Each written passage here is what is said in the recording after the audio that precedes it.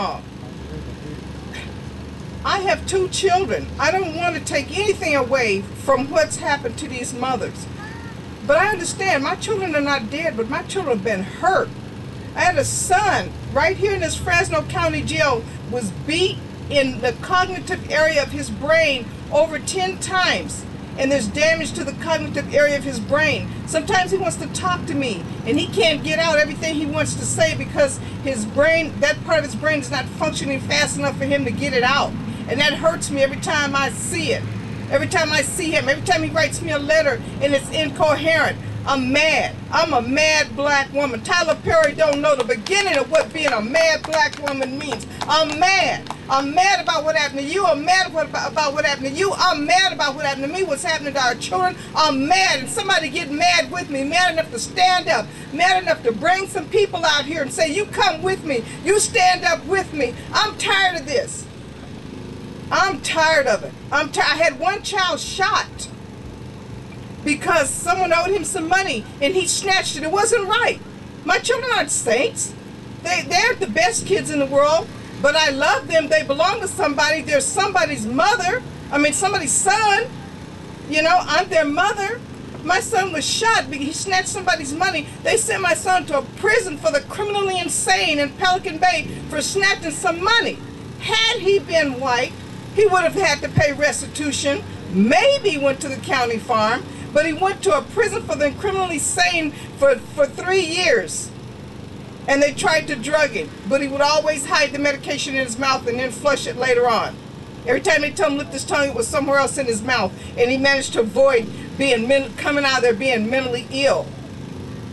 I have a doctor that said at the prison that my son is not mentally ill. They framed him right here in this jail. That's what they do. I know what they do. I used to work in dispatch over there.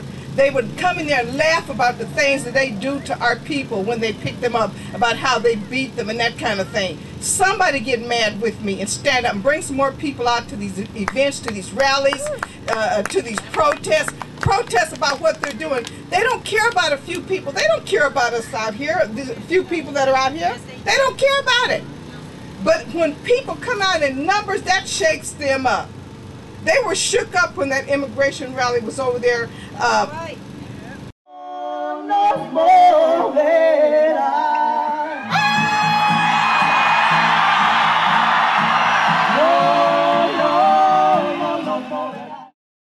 They were really shook up about that because there was a lot of people.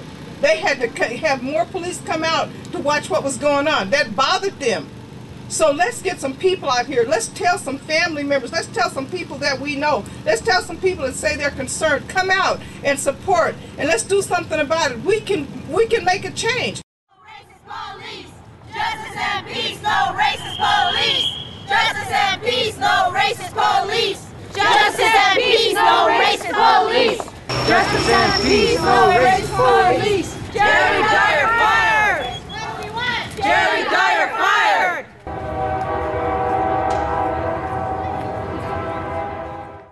But he did what they said. They told him, get your hands up, get out, and he did.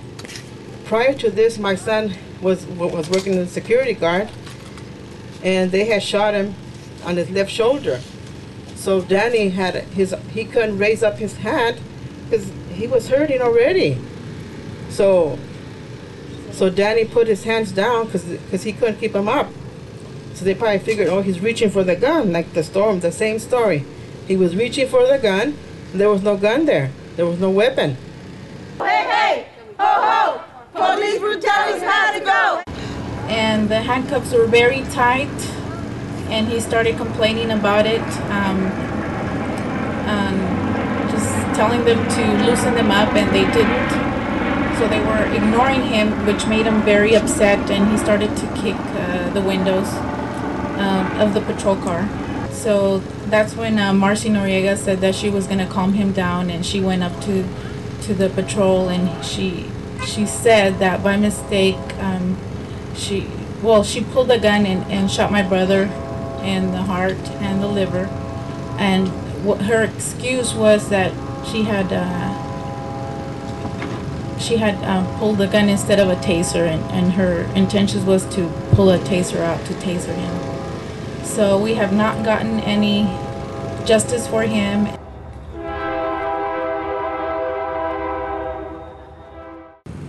So I want you to remember, if you're here today, I hope to see you next year. I hope to see you every time we have an unjust act or brutality. I want to see you. And I want you to tell your friends and tell your family and tell people out there about Cop Watch. We need to be each other's eyes. We need to be each other's voice.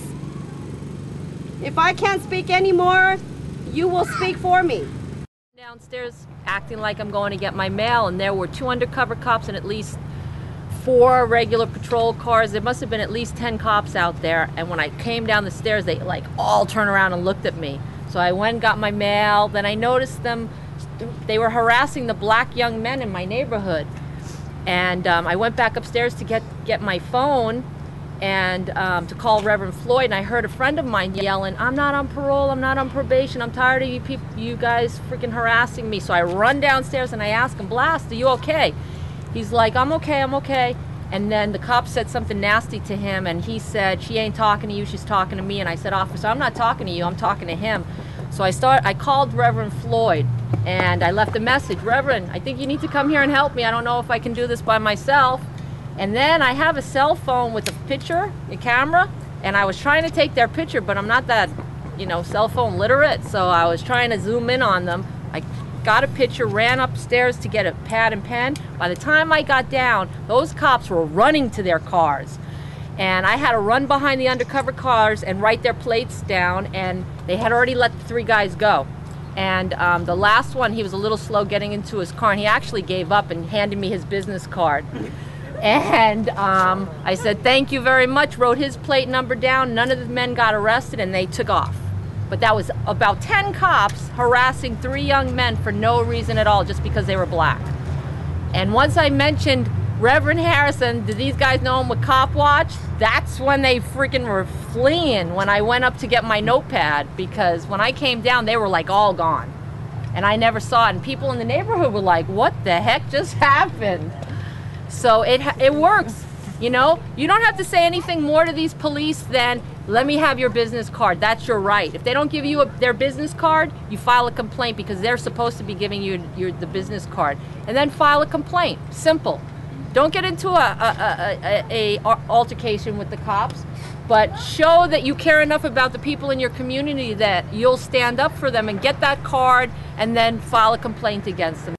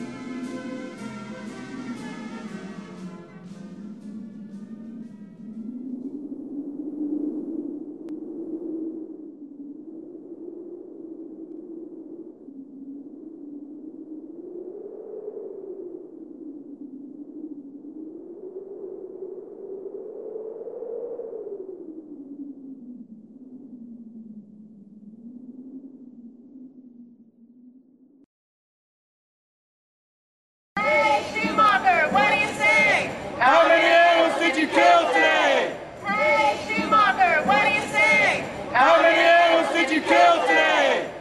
Stop the torture, stop the pain. The fur industry is to blame. In Defense of Animals is hosting a Fur Free Friday march downtown. We're going to go past all the 5 stores that sell fur. We got a really nice crowd today, and the police are escorting us through the streets. We're taking over the streets to let people know that fur is cruel, and if you're a compassionate person, you won't buy it, you won't wear it. The fur industry hasn't changed much since the conception. They have fur farms where animals live their entire lives in tiny cages. These are wild animals, foxes, mink, chinchillas, running the wire, going crazy, and sometimes even cannibalizing each other. Everything natural is taken away from these animals. The animals that are trapped for their fur are sometimes left in these steel jaw leg hold traps for days to starve and suffer. Sometimes they even chew their own leg off to free themselves. So this is a brutal industry. There's no reason for it. We have synthetics. We don't need fur to stay warm. It's all about fashion and vanity, and it's just completely inhumane, and it needs to end.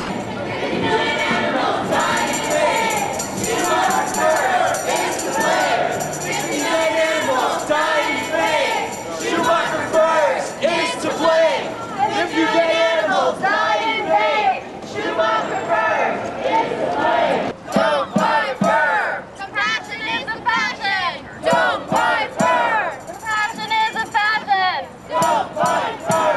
Compassion is a fashion. The United States government, wildlife folks, actually with furs that are illegal for them to sell, pelts of endangered animals inside their store, and they were fined $30,000. Obviously, Nicholas Unger Fur could care less about endangered species or animals at all. And what Nicholas Unger Fur needs to know is that the animals that he sells, the pelts on his coats, the animals represent suffering of thousands and millions of animals a year. These wild animals go insane from captivity, sometimes cannibalizing each other in their cages. And then in the end, they die horrible deaths. Painful deaths like anal electrocution, crude gassing. Some of these animals, from recent undercover investigations, we know some of these animals are actually skinned alive. Let's make this holiday season a compassionate one. Let's share this information with people. Take these flyers. There's not a lot of people here right now, but take the flyers for this whole holiday season with you. Fur Free Friday it's not just one day. Innocent animals are under attack. What do we do? How does the fur industry kill their fur today? Nothing. Animal electrocution. How did the fur industry get their fur today? This cruelty is ridiculous. It's needless. It's horrible. There's no reason for it. It's all about vanity. It's all about fashion. We have warm synthetics. We do not need to wear fur. Your fault. Your fault. Your fault. Your fault. Your ignorance. Your fault. Your money. Your fault. Your job. Your fault. Your greed. Your fault. Your ignorance. Your fault. Your money. Your fault. Your job. Your fault. Rise up, resist. What the animals need is a revolution.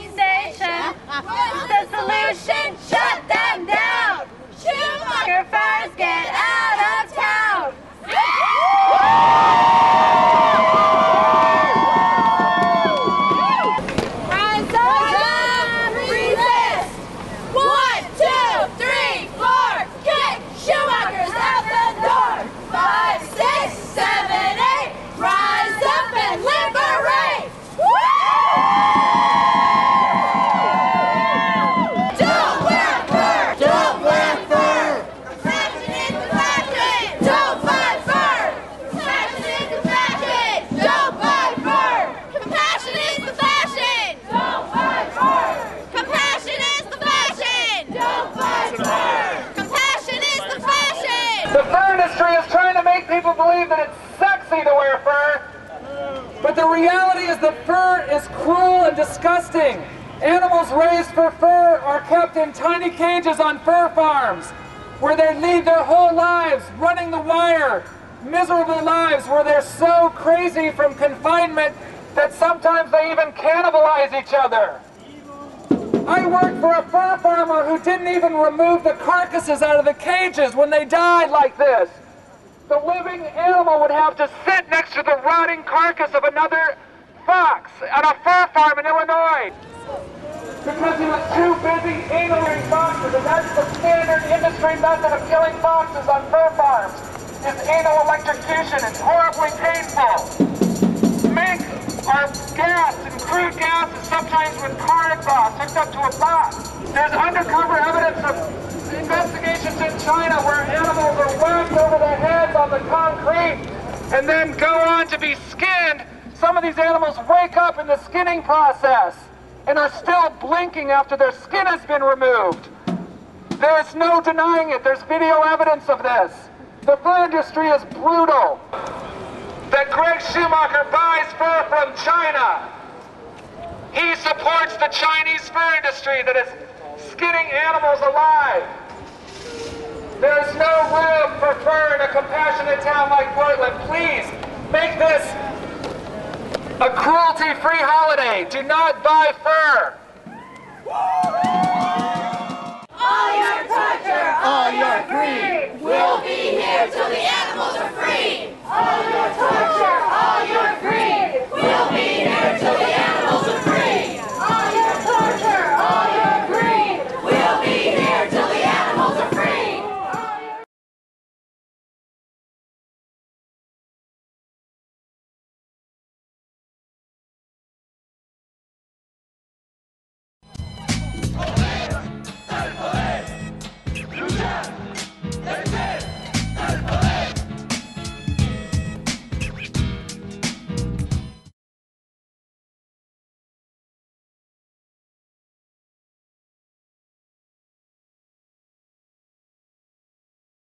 All of my compadres are over on the other side having a ceremony, getting ready to symbolically cross as we begin this walk to recognize the thousands who have died. It's about bearing witness to the thousands and thousands of people who are crossing every day and the thousands who lose their life in the process. And it's not, instead of just rallying together and having a protest that declares the injustices on the border, people come together and they put themselves into the very desert that have claimed so many lives. And we walk the trail. Yes, we are in no way doing it in the same fashion that any migrant would go through. We have complete support, we are well taken care of. But it creates a situation where people who are compelled to work towards justice can have just that much more of an idea of what people might go through. And we're able to constantly, while being out here, understand ourselves, understand where we come from with wanting to work towards change, and also be in solidarity with people who we know are probably a mile away from us doing a very similar journey, but with not even close to the amount of support that we have. For me, I've been doing some work along the border for a long time. Probably the real turning point in how I thought about migrants and undocumented crossing was a couple months ago when I saw the body of an undocumented migrant in the Rio Grande in Texas. You saw the body personally? Face down in the mud. Probably been there for a couple days. His body was wheezing. Bubbles were spurting out his back because his internal organs had long ago failed and were exhuming themselves. That was a really powerful experience and something I won't forget. So a walk like this, for me, no matter how many miles I go, it's necessary to raise some awareness that kind of thing, that man lost his life. That kind of thing is happening every day to hundreds of people.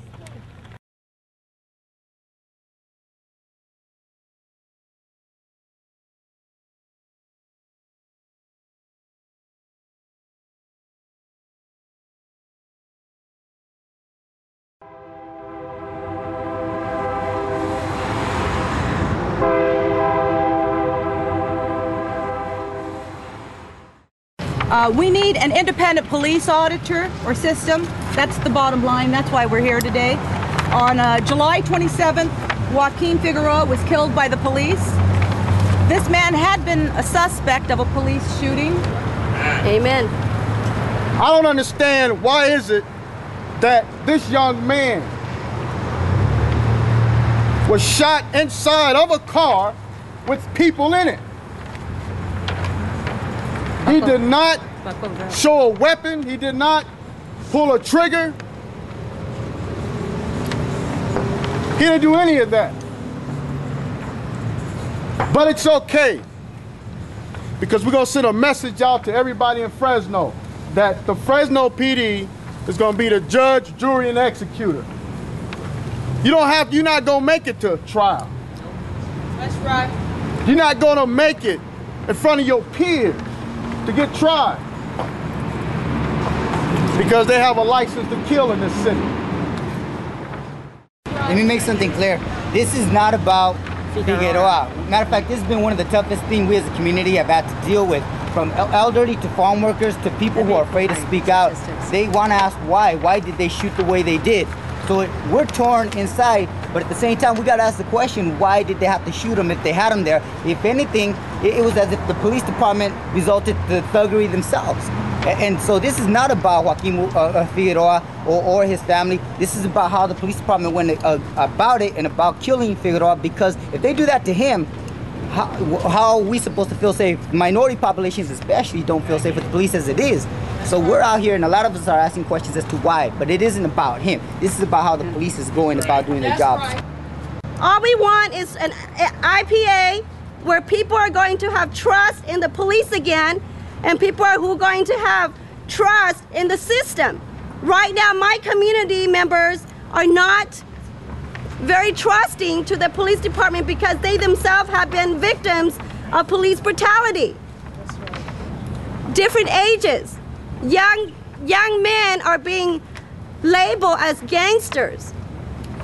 Older people who cannot speak the English are being targeted because they can't explain themselves, and they're being targeted. Their homes are being searched and turning upside down by the police department, and these people cannot say anything because they don't speak English. We are crying for your help. America, community, come out and help us. Make sure that we have an IPA in Fresno County to sustain the democracy system that is built here by our forefathers for this country. Government officials, when they are beholden to the code of law and they don't uphold the law, it deprives a person of his or her constitutional rights. And what this does is it gives rise to legal liability. Now, I don't want to torture you with more statistics, so I'm not going to do that, but I will say that there are several lawsuits, and for those of you who are part of the media, I really encourage you to go out and do a little bit of research on what's going on with the pending lawsuits against the Fresno Police Department right now. And we're talking about to the tune of several millions of dollars. I'm not kicking up dirt here. I'm just saying that for Fresno County, it would be a very, very smart thing in terms of just the financial liability piece to have an independent police auditor system of some sort outside of the police department. The Fresno Police Department is averaging 3.85 justified homicides per year, over 6 times the per national average. The national average, for your information, is 1 per 700,000. The only major city in the state of California that does not have an independent police system, a police commission, or an auditor. We need it. And it's time that this community needs it now.